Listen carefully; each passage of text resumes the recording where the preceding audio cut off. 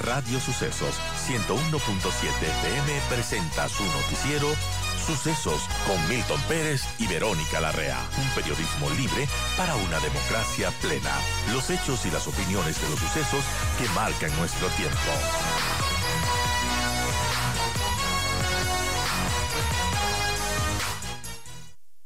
Y bueno, Pedro vuelve a la Asamblea Nacional con nuevos retos, con una nueva configuración de la Asamblea después de su disolución. Y bueno, ya más o menos se han configurado las fuerzas de la Asamblea Nacional. Revolución Ciudadana es la que tendría mayor número de escaños, consiguió al menos 48 asambleístas, entre 48 y 50, mientras que el Movimiento Construye llegó a los 28. También el Partido Social Cristiano y la Alianza de Daniel Noboa, ADN, podían consolidarse como bancadas en la nueva asamblea. Y bueno, los resultados de esta elección dejaron mal parados a Pachacútec, a la izquierda democrática. Pero ¿qué nos puede comentar, Pedro? ¿Qué expectativas tiene sobre esta nueva Asamblea Nacional y los retos que va a tener, sobre todo tomando en cuenta el poco tiempo que tienen para quizás cuajar iniciativas, nuevos proyectos de ley, que quizás no tengan tiempo, pero van a tener que tener una agenda muy sucinta para cumplir y también, bueno, cumplir con las demandas de la ciudadanía? Gracias a Pedro Velasco por estar con nosotros. Bienvenido. ¿Y cuáles son sus comentarios, sus expectativas, Pedro, de esta nueva Asamblea Nacional? Buenos días, Verónica. Muchas gracias por la entrevista.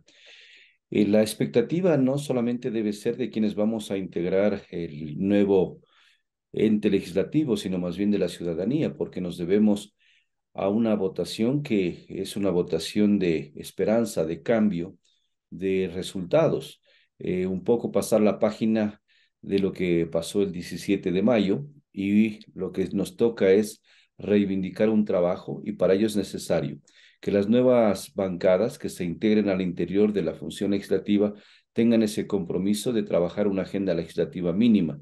Sí sabemos las mayorías que se están generando al interno de la Asamblea con los respaldos que han tenido las diferentes organizaciones políticas, pero esto va a marcar también el poder nosotros definir el trabajo que se va a hacer en materia de legislación y fiscalización. Y esto va a estar también orientado ¿a qué? A que conforme se van alineando en esta segunda vuelta electoral el respaldo a los presidenciables, va también a marcar un poco la inclinación hacia dónde va a ir esa mayoría y esa actividad de producción legislativa. Por lo tanto, si en torno a uno u otro candidato se van dando esos respaldos, esas agrupaciones, esas alianzas, podría estar marcando un poco inclusive la inclinación de cómo va a estar integrada esa mayoría legislativa. Primero. Lo otro es recuperar los proyectos de iniciativas legislativas que están en espera, no presentar nuevos proyectos que vayan más bien a entorpecer, porque nosotros tenemos información de que solamente en el periodo que terminamos de 2 años se presentaron aproximadamente 577 proyectos de ley, Wow, 577 proyectos. ¿Y pero de ¿qué los son? cuales cuántos se pasaron a trámite?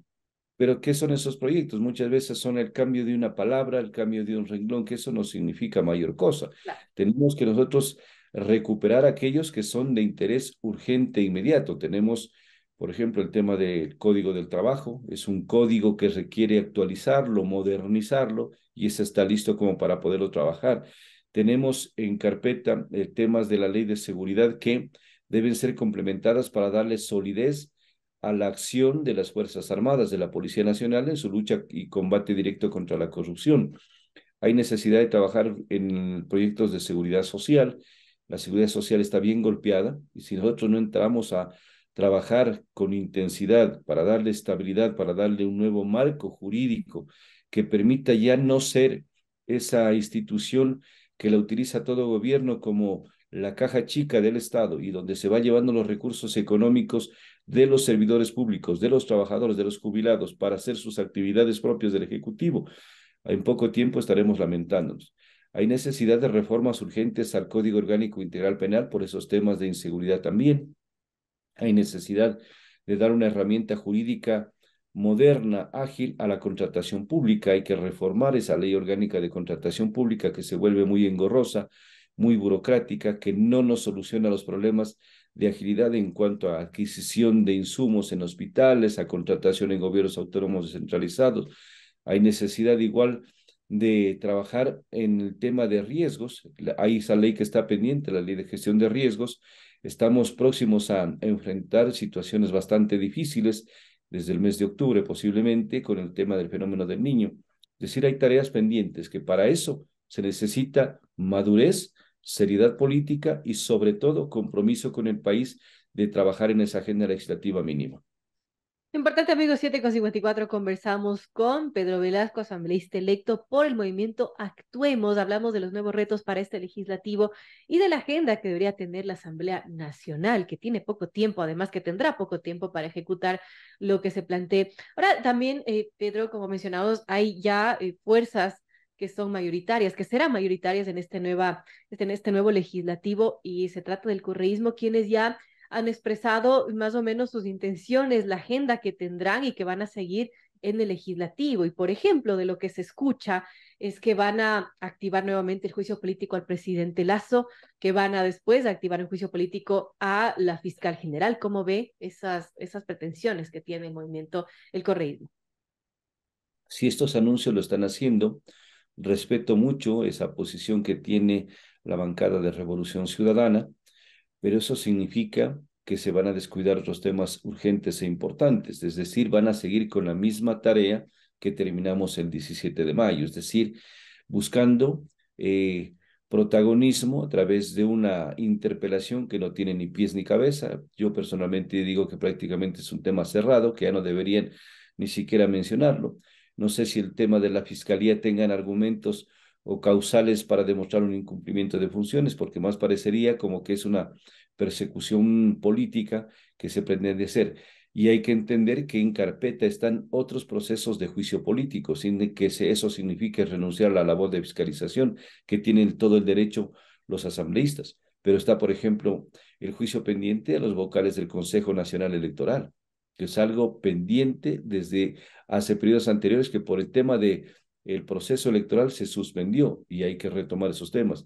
Y otros más que estaban a otros ministros. Así es que priorizar es una tarea bastante compleja, pero al mismo tiempo que necesita el país en materia de legislación y en materia de fiscalización. Si es que nosotros apuntalamos proyectos que van a venir inclusive desde el Ejecutivo, con iniciativas de carácter económico, reactivación económica, tenemos que dedicar el mayor tiempo también a agilitar estos trámites, porque caso contrario, pasará el tiempo, pasarán aproximadamente el año y medio y no entregaremos resultados que demanda la ciudadanía. Sí, eso es preocupante si es que, bueno, se retoman esas viejas mañas y la nueva asamblea vuelve a hacer lo mismo que se le criticó a la anterior que se terminó disolviendo, ¿no? Sí, en efecto, pero ahí está el trabajo que nos corresponde hacer. Si tenemos nosotros, los diferentes bancadas, un compromiso de evacuar temas pendientes y aquellos que sean prioritarios, lo otro prácticamente quedaría sin ningún efecto. Claro, ahora viendo cómo está la configuración de la nueva asamblea, Pedro, ¿qué expectativas también tenemos de que, al menos desde su lado, desde el movimiento Actuemos, puedan hacer alianzas con otros movimientos para, bueno, sumar más votos, ¿no? Sí, el objetivo que nos habíamos trazado con la alianza Actuemos, en la que estamos integrando quienes formamos parte de Avanza y de Suma, es pedir la incorporación de otros colegas asambleístas en el resto del país para formar parte de una bancada, que eso es importante, tener presencia a través de una bancada.